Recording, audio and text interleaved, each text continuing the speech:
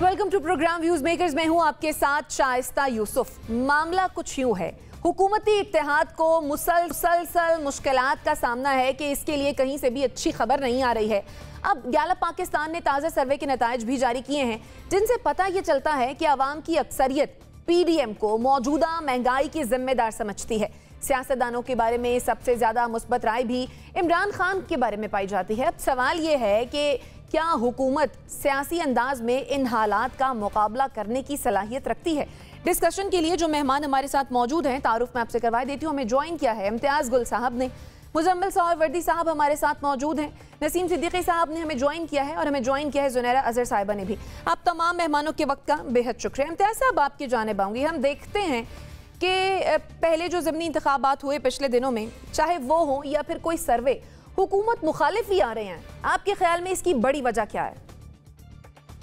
बुनियादी वजह ज़ाहिर है आवाम की इक्तिसादी मुश्किलात हैं। दुनिया भर में होता है कि आपको जो करीब का दुश्मन होता है वो आपकी हुकूमत होती है, और हुकूमत की कारकर्दगी जांची जाती है आम लोगों के मुआशी हालात से। और आम लोगों के मुआशी हालात इस वक्त काफ़ी दबाव में हैं, जो क्योंकि 30-40% से भी ज़्यादा अफराद-ए-ज़र की शरह हो चुकी है। तो उसमें बड़ी एक फितरी सी बात है कि लोगों ने तो इसी हुकूमत को फिर मोरद इल्ज़ाम ठहराना है, और उसकी वजह से जाहिर है चाहे वज़ीर आज़म हो चाहे उनके वज़रा हों, उनकी रेटिंग, उनकी अप्रूवल रेटिंग भी मुतासिर होती है। तो इसमें कोई अचंभे की बात नहीं है। ठीक है, मुजम्मिल सहरवर्दी साहब, सर्वे आपने पढ़ लिया होगा, हकाइक आपने देख लिए होंगे। पीडीएम के लिए दीवार पर सामने क्या लिखा हुआ नजर आ रहा है? आवाम का डिस्प्ले ये नज़र आ रहा है। मैं तो आज पहली दफ़ा इम्तियाज़ गुल साहब से मुत्तफ़िक हूँ कि सवाल ये है कि लोगों को जो माशी तकलीफ़ है वो किसी बयानिए की मोहताज नहीं है। लेकिन जब कॉस्ट ऑफ लिविंग बढ़ेगी, बिजली का बिल बढ़ेगा, फूड नेसेसिटीज़ बढ़ेंगी, गैस बढ़ेगी, पेट्रोल बढ़ेगा, तो ये कोई बयानिए से समझ आने वाली बात नहीं है। ये हर आदमी को बड़ी आसानी से समझ आ जाती है कि महंगाई कितनी बढ़ गई है, क्योंकि उसके घर का बजट उतने फ़ीसद बढ़ गया होता है। आपको बताने की नहीं ज़रूरत कि 31% बढ़ गई है, कि 41% बढ़ गई है, कि 45% बढ़ गई है। घर की ख़वातीन खुद ही आपको बता रही होती हैं कि कितने फ़ीसद बढ़ गई है, और आपकी तनख्वाह तो बढ़ी नहीं होती है। तो मसाइल तो हैं। लिहाजा मैं नहीं समझता कि महंगाई पर पीडीएम को कोई बेल आउट कर सकता है, ना बेल आउट करना चाहिए। और उसके ऊपर मसला ये है कि पीडीएम जो है वो ये मानने के लिए तैयार नहीं है कि महंगाई की जिम्मेदार वो है। वो ये कहते हैं कि गुज़श्ता हुकूमत ये वो में माने या ना माने, लोग यही मानेंगे कि वो जिम्मेदार हैं और उनको ये महंगाई कम करनी है। अगर वो ये कम नहीं कर सकते तो उन्हें हक़ हुक्मरानी नहीं होना चाहिए। बात यह है कि अगर आप लोगों के मसाइल हल नहीं कर सकते तो फिर आपको हक़ हुक्मरानी नहीं हो सकता। आप कहते थे कि हम आएंगे तो महंगाई कम करेंगे। आपको महंगाई कम करनी चाहिए। इस बारे में उनका दिफा कैसे किया जा सकता है? नहीं की उन्होंने महंगाई बल्कि मजीद बढ़ा दी। ऊपर से आसिफ ज़रदारी साहब कहते हैं कि वो दिवालिया हो जाए जब गुज़श्ता दौरे हुकूमत में महंगाई होती थी तो हमें लोग इंटरनेशनल कीमतें बड़ी सुनाते थे कि आप देखें लंदन में पेट्रोल की क्या कीमत है, फलां जगह क्या कीमत है। तो मैं तब भी कहता था कि हमें ऐसे मुआवज़नों की ज़रूरत नहीं है। हम यहाँ पे रहते हैं, हम रुपयों में कमाते हैं, हमें पाउंड से कोई ताल्लुक़ नहीं, डॉलर की कीमतों से कोई ताल्लुक़ नहीं। लिहाजा मैं आज भी ऐसी किसी बात को मानने के मैं ये दिफा नहीं पेश करना चाहता कि इस वक्त दुनिया में कहाँ किस चीज़ की क्या कीमत है और पाकिस्तान में क्या कीमत है। मैं तब भी इस दलील को फरसूदा समझता था, आज भी फरसूदा समझता हूँ। और मैं समझता हूँ कि पाकिस्तान में रुपयों में बात होती है, रुपयों में चीज़ों की कीमतें हैं, रुपयों में हम कमाते हैं, और हमारी कॉस्ट ऑफ लिविंग का रुपयों में ही मसाइल का हल होना चाहिए। सही। चलें, इस सब में एक अच्छी और मुस्बत बात यह है कि इम्तियाज़ साहब और मुजम्मिल साहब इस मामले में कम से कम जो है वो एक पेज पर है। नसीम सिद्दीकी साहब, पहले ही हम देख रहे हैं कि ये हुकूमत या ये हुकूमती इत्तेहाद इलेक्शन से खौफजदा है, फिर इस तरह के सर्वे आ जाते हैं। इस तरह से तो मेरे ख्याल से हुकूमत का मजीद तरह नहीं निकल जाता। देखिए शाइस्ता, बात यह कि जब अदम एतमाद की तहरीक आई थी और जो पीडीएम का बयानिया था कि मुल्क दिवालिया के करीब था, अगर उनके आने के बाद वो थोड़ी बहुत प्राइस कंट्रोल करते, थोड़ी बहुत आवाम को कुछ बेहतरी नज़र आती, तो यकीनन आवाम जो है वो आवाम के जो हुकूमत है उसकी तारीफ़ करती है और इमरान खान साहब और पीटीआई के जो है वो नेगेटिविटी जाती। लेकिन देखने में ये आया कि ये महंगाई नहीं हो रही, बल्कि इसको तो महंगाई स्पीड कहना चाहिए। जिस तरह शहबाज स्पीड कहा था उसी स्पीड के साथ महंगाई बढ़ी है। यानी कि पहले महंगाई ऐसे होती थी कि 10 रुपये पेट्रोल बढ़ता था, चीनी 5-10 रुपये बढ़ती थी, अब तो 500 रुपये 1000 रुपये का जंप लगता है। बच्चों का दूध लेने जाओ, कल 3500 का था, आज डब्बा 4500 का है। घी लेने जाओ 500 रुपये का था, वो 1500 रुपये का है। तो इस चीज़ से जो आवाम है वो तो बहुत सख्त तंग आई हुई है और उनको नफरत की हद तक हुकूमत के साथ इस वक्त इख्तलाफात है। दूसरी बात यह है कि जब भी कोई पॉलिटिशियन होता है या कोई भी सेलिब्रिटी है या आपका सियासतदान है, उसकी ज्यादा बढ़ा दिया है। 500 से डायरेक्ट 1500 पे ले गए हैं घी। अब कोई बात नहीं, कोई बात नहीं। नसीम साहब को थोड़ा पहले प्राइसेस थोड़ा बढ़ाने की इजाजत होनी चाहिए। बिल्कुल इसी तरह बढ़ी है जी। 115 नसीम साहब को थोड़ा 2-6 करने की इजाजत होनी चाहिए। जी जी बिल्कुल नहीं। 500 रुपए में जो 5 किलो का पैकेट आता था ना, वो अब इस वक्त 3000 का हुआ है। मैंने तो आपको 1500 कम कीमत बताई थी। तो इस वक्त इसी तेजी के साथ नसीम साहब ना मुजम्मिल साहब की सीट पर बैठे हुए, शायद इसी का असर है।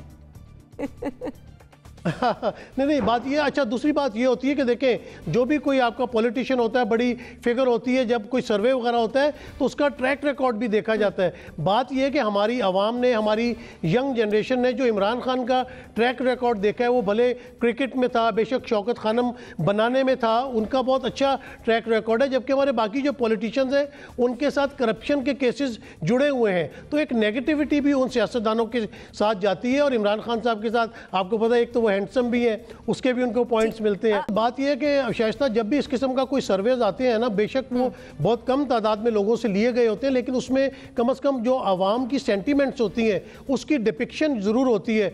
और जिस तरह आपने देखा है कि दिन में 10-10 दफ़ा आके वुज़रा जो है वो सिर्फ इमरान खान की रट लगाए रहते हैं और महंगाई पर कोई तवज्जो नहीं है। तो आवाम के अंदर इसलिए भी शदीद गौम और गुस्सा पाया जाता है कि वुज़रा का काम है कि वो जिस काम के लिए आए थे, महंगाई कम करने आए थे, मुल्क दिवालिया हो रहा था, लेकिन वो तो मजीद दिवालिये की तरफ ले गए। आप देखें डॉलर कहां से कहां पहुंचा है, पेट्रोल कहां से कहां पहुंचा है। तो लोगों की दस्तरस से चीजें बाहर निकलती जा रही। सिर्फ गरीब ही नहीं, जो सैलरी वाला तबका है, मिडिल क्लास तबका, अपर जो मिडिल क्लास तबका है, सब लोग परेशान है। तो मेरे ख्याल से इसी वजह से सर्वेस की रिपोर्ट इस किस्म की आ रही है। बिल्कुल इसी वजह से सर्वेस की रिपोर्ट इस किस्म की आ रही है। जुनैरा, गैर मकबूलियत की जो एक बड़ी वजह है वो महंगाई बयान की गई है इस सर्वे के मुताबिक। आपके ख्याल में पीडीएम का इस महंगाई में कितना किरदार है?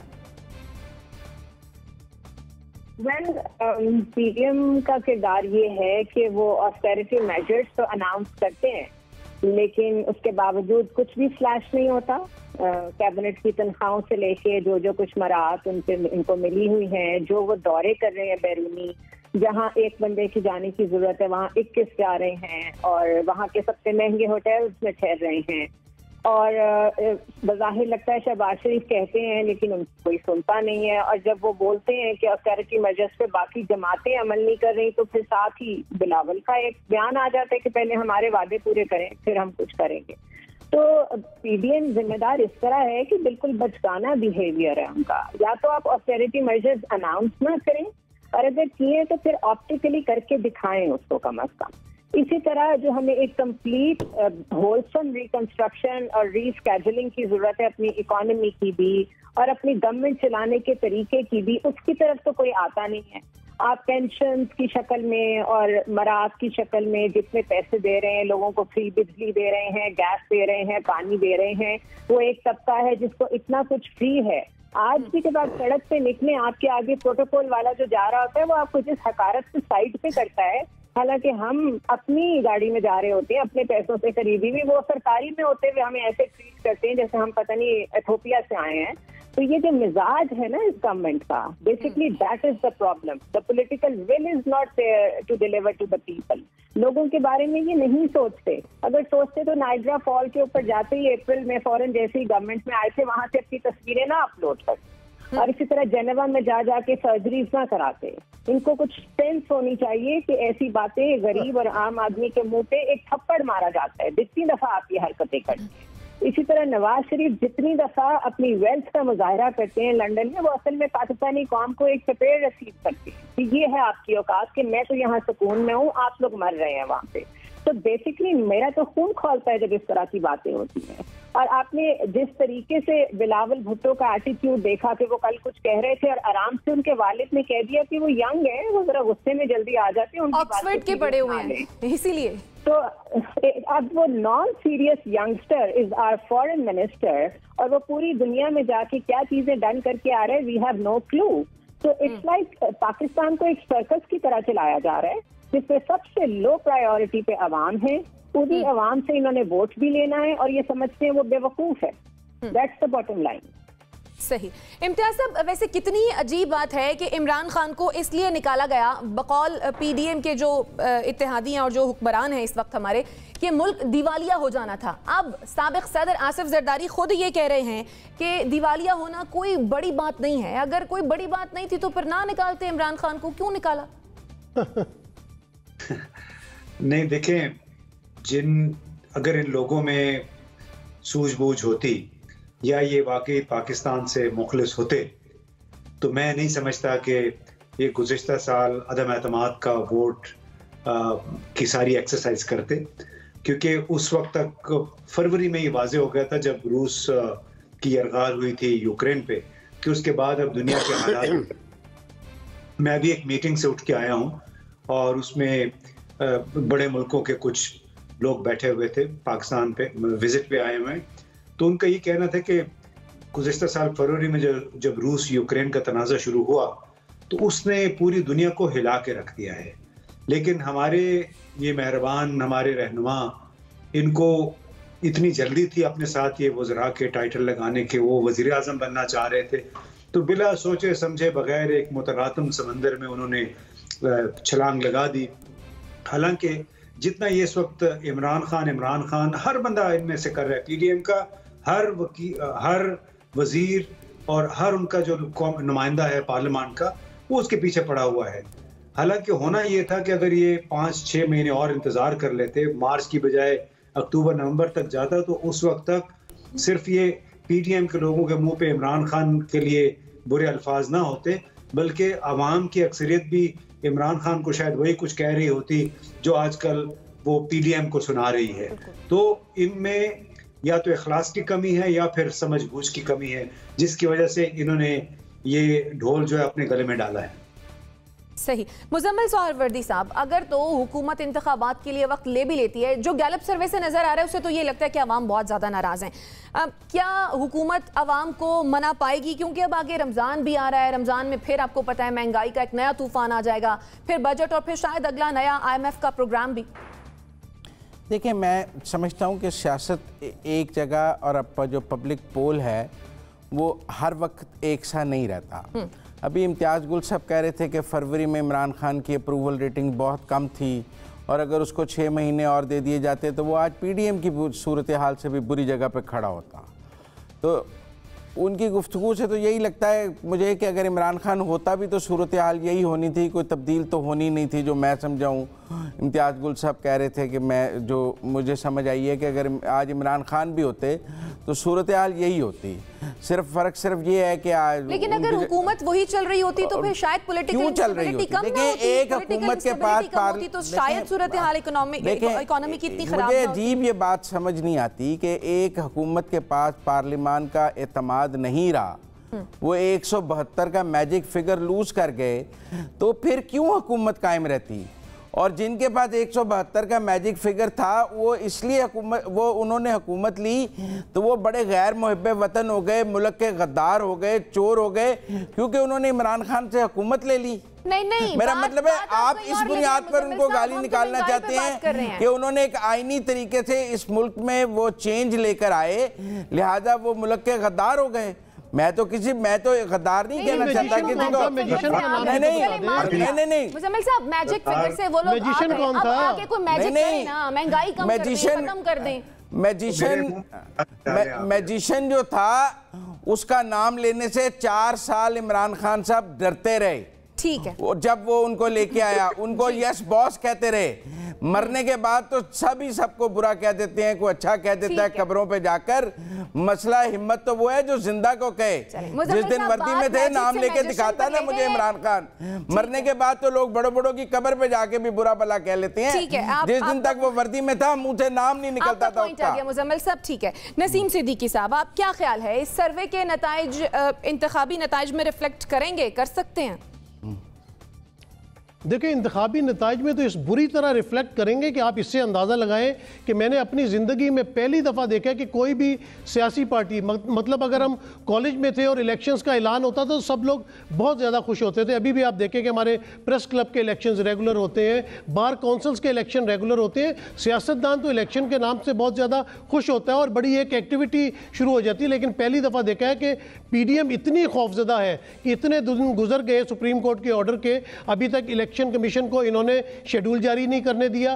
खैबर पख्तूनख्वा के गवर्नर भी अभी जो है वो कोई ना कोई डिलेइंग टैक्टिक्स इस्तेमाल कर रहे हैं। तो इनको पता है कि इनके साथ क्या होना है और आवाम इस तरह बिफरी हुई है। शाइस्ता, मैं तो जब भी बाजार में निकलता हूँ, किसी भी रश वाली जगह पे जाता हूँ, वहाँ पे खुद भी एक छोटा सा सर्वे ज़रूर करता हूँ। कुछ लोगों को इमरान खान पसंद है और कुछ लोग इमरान खान को इसलिए वोट देना चाहते हैं कि वो हुक्मरानों से नफरत करते हैं। वो देखते हैं कि जिस तरह जुनैरा ने बिल्कुल कहा कि आप यहाँ पे मोटरसाइकिल में पेट्रोल डलवाने के लिए आप तंग हैं और आपके हुक्मरान वहाँ पे बेंटले और रोल्स रॉयस के ऊपर जाके बॉन्ड स्ट्रीट में शॉपिंग करते फिर रहे हैं। तो ये जो ऑस्टेरिटी ड्राइव है ना, ये बिल्कुल नज़र कहीं पे भी नहीं आती। आप देखें कि कल भी अपना इस्लामाबाद से मुल्तान पहुँचे सदर आसिफ अली जरदारी, साबिक सदर आसिफ अली जरदारी, वो प्राइवेट तैयारे पे गए हैं, फिर वहाँ से वो हेलीकॉप्टर पे उड़ के जो है वो बिहाड़ी गए हैं। तो मेरा मतलब हुक्मरान मौज कर रहे हैं और गरीब 2 वक्त की रोटी को तरस रहा है। उनके बच्चे भूखे स्कूल को जा रहे हैं, उनके पास फीस देने को पैसे नहीं है, उनके पास आटा खरीदने को पैसे नहीं है। तो जब इतनी तंग होगी अवाम तो उसका गुस्सा सिर्फ और सिर्फ वो निकाल सकती है इलेक्शन के अंदर। क्योंकि आजकल भी आप देखें कि जो हुक्मरानों की जिस तरह तौर तरीके हैं कि अपना सड़क ब्लॉक कर दी तो FIR काट दी, फलां चीज़ पे FIR काट दी, यानी कि इतनी मज़े का खेज हरकतें इस वक्त PDM की गवर्नमेंट कर रही है कि अवाम के अंदर गमो गुस्सा बढ़ता चला जा रहा है। और आप देखेंगे कि जिस दिन इलेक्शन वाला दिन होगा, लोग बिरयानी नान कीमे वाले छोड़ के खुद से घरों से निकलेंगे और अपने जो गुस्से का इज़हार है वो बैलेट बॉक्स के अंदर वोट एक बिरयानी की प्लेट पे ना बेच दें। अल्लाह करे कि ऐसा हो जाए। नसीम सिद्दीकी साहब, बहरहाल आपका पॉइंट आ गया। इस दफा ऐसे नहीं होगा, इस दफा ऐसे नहीं होगा। चलें, let's hope for the best. Junaira, आपके ख्याल में महंगाई का जिम्मेदार कौन है? क्या हम किसी हद तक जिम्मेदारी गुज़श्ता हुकूमत पर भी डाल सकते हैं? दूसरा ये कि आवाम जो इस वक्त गम और गुस्से का शिकार है और इजहार कर रही है, क्या ये गम और गुस्सा इंतखाबात तक बरकरार रहेगा या फिर इंतखाबात में कोई मैजिक हो सकता है? देखिए, पाकिस्तान में मैजिक तो हर वक्त ही हो रहा होता है। वो तो किसी चीज से मशरूत नहीं है कि इसमें होगा या उसमें होगा। तो वो तो मैजिक को तो आप ऑब्वियस समझे कि that's a constant whenever we are discussing Pakistan. दूसरी चीज ये कि महंगाई का असर क्योंकि कम नहीं होगा और रादर ये बढ़ता जाएगा। आगे 3 अप्रैल को दोबारा मीटिंग है, उसमें शरह सूद फिर बढ़ेगी। तो हम आराम से प्रिडिक्ट कर सकते हैं कि अगर हालात इतने बुरे होने जा रहे हैं तो लोगों का रिस्पॉन्स क्या होगा। उसके अलावा जो चीजें मेन स्ट्रीम मीडिया पे और मतलब इवन सोशल मीडिया पे भी कई लोग नहीं दिखा रहे और कहीं कहीं से देखने को मिल जाती हैं, वो अवाम का वो गुस्सा है जो सरकारी आटे पे लोग आपस में लड़ रहे हैं। ये कोई अच्छी मिसाल नहीं कायम हो रही। फिर हैदराबाद में सखर में long spells of load shedding से लोगों ने जिस तरह निकल के वापडा के लोगों को मारा है, ये केओस है। This is how civil war start. Allah ना करे ऐसा हो। आई वुड प्रे कि मेरे अल्फाज गलत साबित हों, लेकिन अगर लोग आटे के लिए लड़ रहे हैं, वो भी सरकारी आटे के लिए, उसके ऊपर भी वो इल्जाम लगा रहे हैं कि हम पैसे भी लेके आते हैं तो हमें नहीं मिलता, पता नहीं किसको दे रहे हैं। ये जो यूटिलिटी स्टोर पे चीजें मौजूद हैं उसके बारे में भी सुना जा रहा है कि वो गायब हो जाती हैं। तो एक तो आप महंगाई में पिस रहे हैं, ऊपर से आप इस माफिया का शिकार हैं जो पता नहीं आटे, चीनी, दाल और घी को भी नहीं छोड़ता। पहले डॉलर्स को होल्ड करते हैं और काम करते हैं, वो तो समझ में आती है। तो जहां ऊपर से नीचे तक इतना करप्ट सिस्टम हो, और आपको याद है थोड़े दिन पहले वजीर आजम ने कहा था कि रमजान से पहले हम आहनी हाथों से निपटेंगे जखीरान लोगों से। तो वो अपने आहनी हाथ पता नहीं कतर साथ ले गए, यहाँ छोड़ के जाते ताकि वो कुछ तो काम कर लेते। तो कुछ भी ऐसा नजर नहीं आ रहा जिससे ये लगे कि ये कोई रिलीफ मिल सकता है। और इस वक्त ये चीज समझने की जरूरत है कि वो टाइम गुजर गए हैं जब आवाम को इकोनॉमी पे बेवकूफ बनाया जाता था। अब तो it is out in the open, सबको समझ आ गई है कि हमने इतने लंबे चौड़े अरसे तक 20-30 साल की बात कर रही हूँ मैं, इकोनॉमी को क्योंकि स्ट्रक्चर सही लाइन पे नहीं किया, जो कुछ हम कमिट करते रहे वो हम पूरा नहीं करते रहे, तो आज हम यहाँ तक पहुंचे। ठीक है, आपका पॉइंट आ गया। नाज़रीन, छोटी सी एक ब्रेक लेते हैं और बस आते हैं। स्टे विद अस।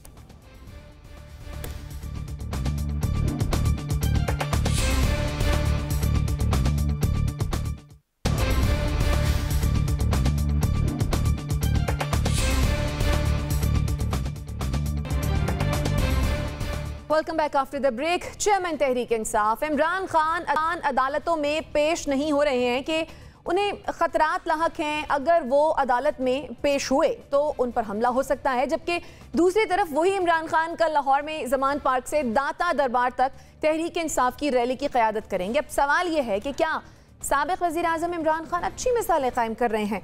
जुनैरा, अदालतें बुलाती हैं, खान साहब जाते नहीं हैं, लेकिन अपनी कैंपेन चलाने के लिए पेश हैं। कल ज़मान पार्क से दाता दरबार तक वो रैली की क़यादत भी करेंगे, 10 मकामात पर वो रुकेंगे भी सही। तो क्या वहाँ खतरात नहीं है खान साहब को?